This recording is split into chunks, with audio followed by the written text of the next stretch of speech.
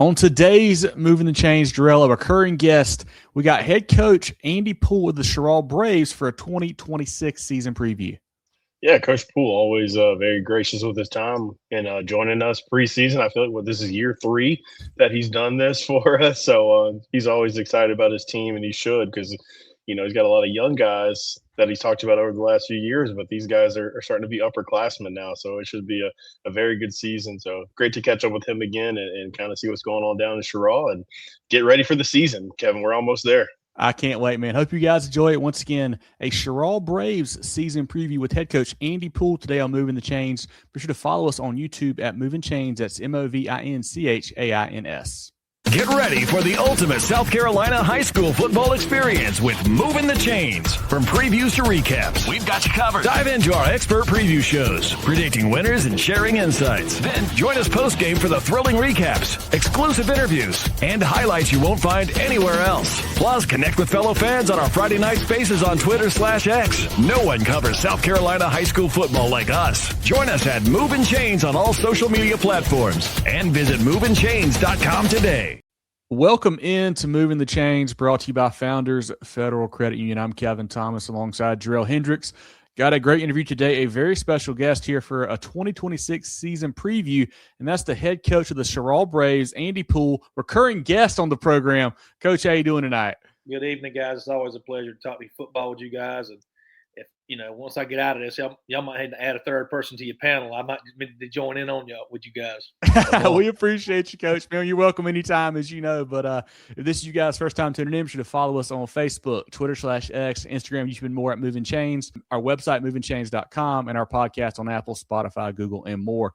Coach Poole, we headed into his 11th season with the Braves. They went 7-5 last season before falling in the second round of the playoffs. Coach, you've been there a long time now. Folks are, pretty familiar with what you're going to do. Any new wrinkles we're expecting this year on offense and defense for the Braves, or is it going to be pretty much same schemes what you've done in the past? I'll be honest with you, we're pretty much status quo. Our quarterback this year is more of a dual threat, so you probably see some more quarterback, option stuff. Our RPO game will be a little bit more, leaned on, so to speak, but he can run between the tackles too. Other than that, we're status quo. We're going to be big up front. We've got some good running backs, talented skill guys. Defense, our front's very good, and back half's relatively young, but very athletic. So, we're just hoping for a, injury-free season to see how good we can be. Coach, we've been talking to you the last couple of years, preseason. This is a team and a program that's really been building. I feel like you're on the cusp of some greatness. Had a nice season last year. Nice run in the playoffs. You fell to the team in Hampton County that eventually played for the state title there. But what have you kind of worked on this offseason? You mentioned it being status quo, but what are you guys working on, to try to get over that hump and make a deeper run in the playoffs this year?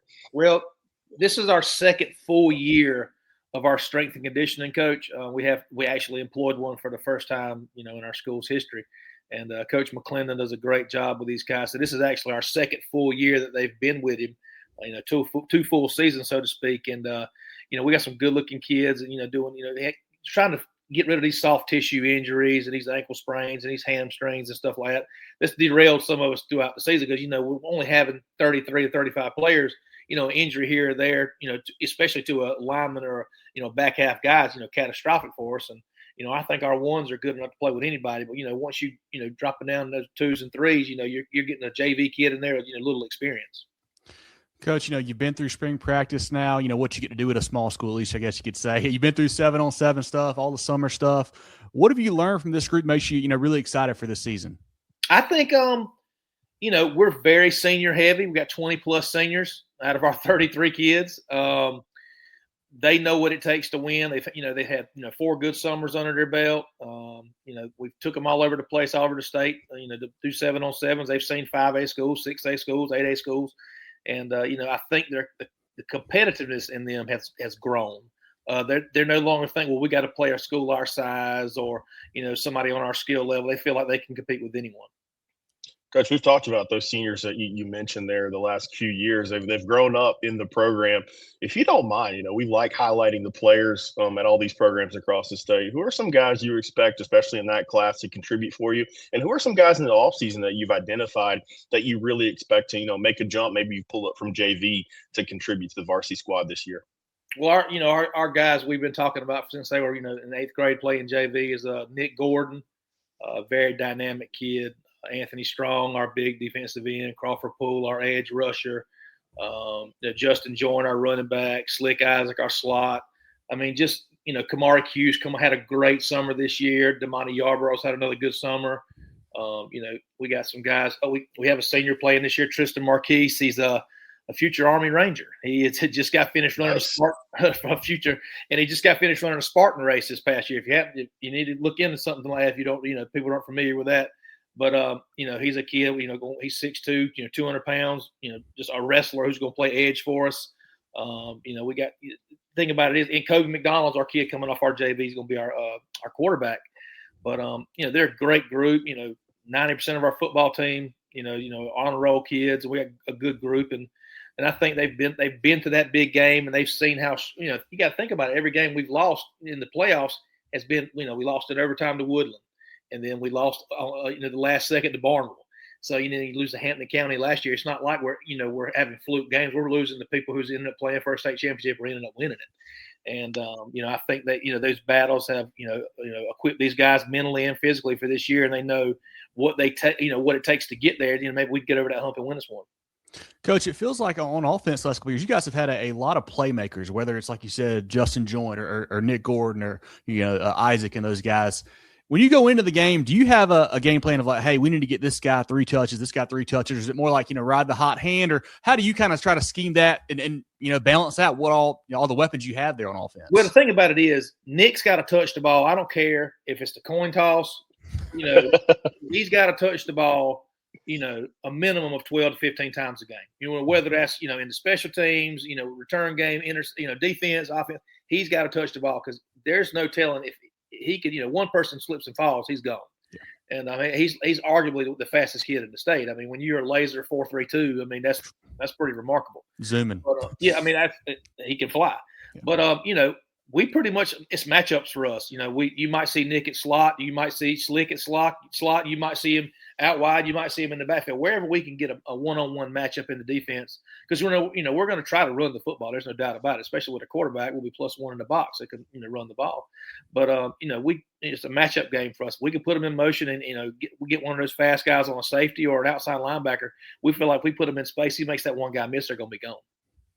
Coach, when you get an experienced bunch and, like you mentioned, guys that have played in big games, guys that have played together for a long time, how do you kind of manage, practice? And, obviously we're catching you, as you are in the fall camp now. How do you kind of manage? Do you kind of let those guys, handle practice themselves? Do you not practice as hard, or are you a little bit harder on them because they know what to be doing? Well, they're not a outspoken bunch. In the hallways, maybe. Catch them at Sonic, but football, when we're leading calisthenics or whatever, we're doing our jumping jacks at the end of stretches or whatever, they all look to see who's going to say it, who's going to break it down, or who's going to start the chant or whatever. There's no one guy who wants to be that guy, so to speak. They kind of rotate it around. They pretty much run practice. They know exactly what to do. There's several of our defensive guys, the coach gives a signal, and we got 2 or 3 of them pointing. He's trying to tell each, all 8, 9, 10, 11 guys on the field what to do. And it's easy for his coach. They're going to be severely missed once we graduate those guys because, one, we put a lot of time into them, and they've given us a lot of their time as well as being successful in the football field and the high school, and in high school too. Talking about your defense, Coach, I feel like you guys up front have been really impressive the last couple of years, coming off the edge especially and whatnot. With some of those guys you have up front who are so dangerous, that lets you be a little more aggressive maybe on the back end or, play a little tighter. How do you kind of, I guess, use that to your advantage on the back half of the defense, the second and third level? What a good thing is our front 4, especially our 2 edge guys, get so much pressure on the quarterback. We really don't have to do a whole lot back half wise, linebacker wise, as far as blitz. And we feel like if our front 4 can get as much pressure as they can, well, as they do, last year, I think just between Cheraw and Anthony, they had close to 20 sacks and like 45 tackles for loss between just those 2 kids. And, if they can have another successful season and, we get some pressure out of our middle 2 guys and our linebackers are able to run sideline to sideline and our defensive backs can just play zone, keep balls in front of them, we think those guys up front can cause some problems. Coach, I remember, fall camp many, many moons ago when I was a terrible football player in the state. I hated, those first couple weeks of fall camp where you're just hitting each other and you just get tired of, running into your buddies and stuff like that. When are those guys going to be able to see somebody lined up in a different jersey? What kind of scrimmages do you have lined up, and where do you guys plan to go for jamborees? We actually have a scrimmage at Cheraw. 7 teams are coming, including us. We have Buford's coming, Lamar, Latta, Lancaster, Mullins, East Clarendon. Who else did I say? That's it. But they're all coming. I've already got a schedule out to the coaches, and they're excited. We're going to play 25-minute running clock games and rotate around. Each team's going to get 4 games in, and against a various amount of offenses and defenses. You're going to see a bunch of odd fronts and even fronts, and you're going to see double wing, and you're going to see 2 tights, and it's really good for the kids to see all kinds of different offenses and defenses early in camp too, because it gives us something to practice for. You're practicing against 4 hands majority of the summer, and then you get to see those odd fronts. Some of the bigger schools are going to give you odd fronts because they're really good up front and they can stay in cover 2 the entire time. So the majority of the defenses we're going to see is cover 3. So when you see these other defenses and offenses, it's good for us. Coach, you guys have I feel like played at a few different jamborees the last couple of years. You've gone here to Dillon or Chesterfield. What do you guys have ready for the jamboree this season? Well, y'all take a guess who we're playing in Chesterfield's jamboree. Y'all ready for this? We got Mountain View Prep. Oh, so, right down the road. Yeah. We're going to see right where we're standing at here in about a week and a half. So, it's exciting. We're playing in the Steve Tannehill tournament in Chesterfield, and I believe Steve Tannehill's stepson plays for Mountain View Prep. Okay. Good little tie in there. That's why they came. And actually, Gray Ramsey, their head coach, was the quarterback when we beat them in the state championship against Chapman in 2007, I believe. Wow. How about that? So there's some connections there. Yeah. Good deal. Good deal. Well, Coach, I wanted to ask you this. With the new realignment, you guys are dropping down to 1A. You've been a 2A program the last couple of years. And with that, you got a little bit of a different region, some of the same teams, but not all the same teams. And you'll play some new guys on the schedule. Does that change your off-season prep? And he said, hey, I need to make a call to figure out a little bit about this guy that I hadn't played before, or vice versa. Or are you pretty familiar with all the guys in your region, even though you did drop down a class? Oh yeah, we picked up McBee and we play them in baseball every year and softball. So we're pretty real familiar with the coaching staff because they're in our school district. Yeah. And we picked up Lee Central, which was in our region a couple years ago, and we lost Buford and we lost AJ. So I think the biggest thing, we were concerned. I don't want to say concerned, but mathematically concerned was, the RPI stuff. So we were, hand selecting people we could play non-region that was going, not that we could absolutely beat them, but if we were to have to beat them, they would help us out RPI wise because they're going to be able to beat people and their opponents are going to be able to beat people. So we tried to pick as competitive as people as we could. Yeah, Coach, that's what I wanted to ask you about. You've never been shy. That's something I admire about you, especially when picking those non-region opponents. You got some good ones. You got Louisville and Dillon and Darlington. What do you hope to learn from your bunch, in that non-region schedule as you go into the region competition? This is the biggest thing it's the biggest change and challenge for our guys. See, in the past, those non-region games have meant absolutely nothing. Let's get out of there. Let's get out of there injury-free. Let's see if we can put up some stats against these guys, get some good film against bigger opponents, things like that. But now every game matters. So, the thing about it is I did not know this. The other day I was told that if you finish third in your region, right, if the number 5 team in your region has a better RPI than you, they're going to go in as a higher seed in the playoffs. Wow. So the RPI is it's almost like the BCS a couple of years ago. They had that top 10 or whatever, and your losses are huge, and you got to keep winning. So we could be 10-0 and be the worst seed of the 1 seeds, depending on what somebody's RPI is. You know what I mean? So we tried to pick out some great opponents. I'm good friends with most of these head coaches, and they're great football programs, and just gonna let us know exactly where we are. But a win will be great, but we'll be really battle tested by the time we get to region. Coach, if you don't want to get into this, you obviously don't have to, but, what are your thoughts on doing the RPI system? Because so much of it relies on not what even you guys do necessarily. So it's got to be a little bit frustrating and a little bit, scary, just the way it could shake out, not in your favor down the road. Well, the thing I think I like about it is the playoffs is going to be seeded 1 through whatever. Yeah. So I shouldn't say, whoever your first round might be 2.5 hours away that you've never played ever. So, there's no more upper state and lower state. It's just 1 through 24. I like that. I want to be able to travel on a Friday night, 2.5 hours up the road and go play somebody. What's it matter? It's the next day, Saturday. But, I think the RPI is exciting, man. I think every Friday night is now a playoff game because you lose 2 or 3 in a row. Listen, you looking at home down there at the bottom when it comes to seed, you better hope you win your region. Coach, with an older bunch like you have, definitely a senior-laden team, and the success that you've had, these guys have won a lot of games for you. What's kind of been like the talk around the town? What are the feelings in the community as you guys get prepared, to start this season? Well, the kids don't feel it, but I can see it. This crowd has been waited on for the longest time. Can't wait till those 8th graders get here. One day those 8th graders will be seniors. They're here now, and they've. I wish I had a slideshow of when I first had them in flag football and the way they look then and the way they look now. I mean, they're great human beings and great kids, and they're excited. And you can they don't really say a whole lot about the expectations or whatever, but you can kind of feel it. Kind of they know that people are looking, especially around town. It's time. We've been waiting on y'all. You're here. It's time to put up or shut up. You know what I mean? But you think about it is, that 1A is so deep. Some big dogs came down with us, and it's not like we're just going to be playing a school with 200 kids. That's not the way it's going to work. Lamar's got 211. They played the state championship last year with 211 kids. That's unbelievable. But so, it's going to be exciting to play, and the kids are excited about it.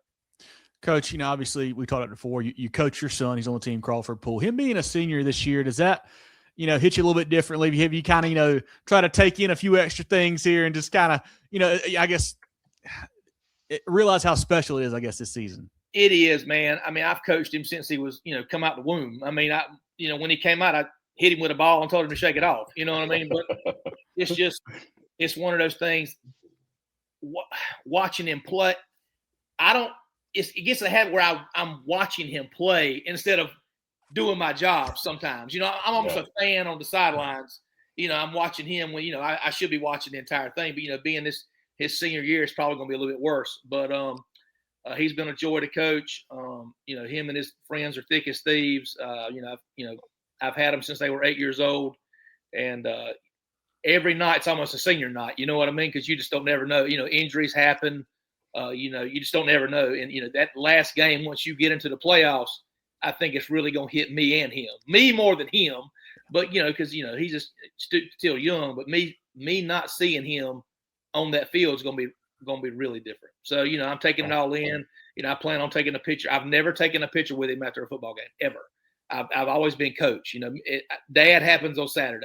So when every game this year we'll take a picture because you need to document your last couple times to be in that parent. That's special stuff, Coach. As we kind of wrap this thing up, and again, we're in it. We're about to get into scrimmages and jamborees.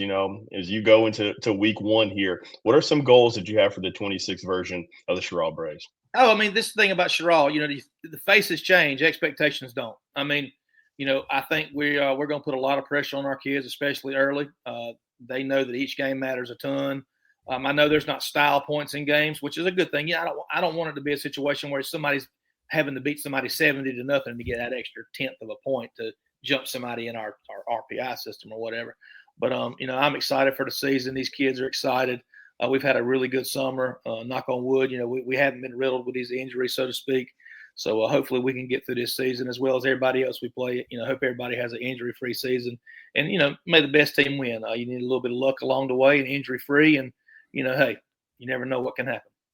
Well, this has been great. I want everyone to go check out Coach Poole and the Braves programs on social media. They do a great job updating things about their kids and their programs. Certainly follow them on there. Like I mentioned, follow us on social media and our website, movingthechains.com. Podcasts on Apple, Spotify, Google, and more. Moving the Chains brought to you by Founders Federal Credit Union. Jerel, any else for Coach letting me go today? Coach Poole, it's always a pleasure catching up with you. And we're going to have to keep doing this thing as long as you're on that sideline. So we'll catch up with you every season. And best of luck. I hope you guys stay healthy, especially through camp, these jamborees, and through the season. We have high expectations for your bunch too. So we'll be talking about them a lot. I'm already prepared for that. And, that's the good part of being a fanalist, kind of like me and Kevin are. So we get to watch and critique and talk and celebrate. So I hope you guys have a successful season. Man, listen, I appreciate it. Thanks for having me on. It's always a good opportunity for me to spotlight my program and players. And it's all about the kids. If we didn't have the kids playing for us, we wouldn't have jobs. So I appreciate everything you guys do. We appreciate it, Coach. Look forward to stopping by a game. Get to see you here soon. Made it to an away game last year. Got to make it to a home game this year. So hopefully we'll do that soon. But listen, we go to Dillon, so you need to come down there in between them white walls. Hey, now. Get some chicken bog from the concession stand. I'm always down for that. But appreciate you, Coach, and we'll talk soon. And best of luck, all right? Thanks, guys. Y'all take care. If you need something, holler at me. Everyday life means everyday expenses. Spend smarter with a Founders Federal Credit Union credit card, offering you low rates and big rewards where it matters most. Enjoy all the benefits of saving while using your Founders Essential MasterCard. Make every swipe and tap count with smart rates, big rewards on select cards, and no balance transfer or annual fees. Because your money should go where you want it to. That's the power of Founders Federal Credit Union. Apply today at foundersfcu.com. Relax. You're with Founders. Get ready for the ultimate South Carolina high school football experience with Movin The Chains. From previews to recaps, we've got you covered. Dive into our expert preview shows, predicting winners and sharing insights. Then join us post-game for the thrilling recaps, exclusive interviews, and highlights you won't find anywhere else. Plus, connect with fellow fans on our Friday night spaces on Twitter/X. No one covers South Carolina high school football like us. Join us at Movin Chains on all social media platforms and visit movinchains.com today.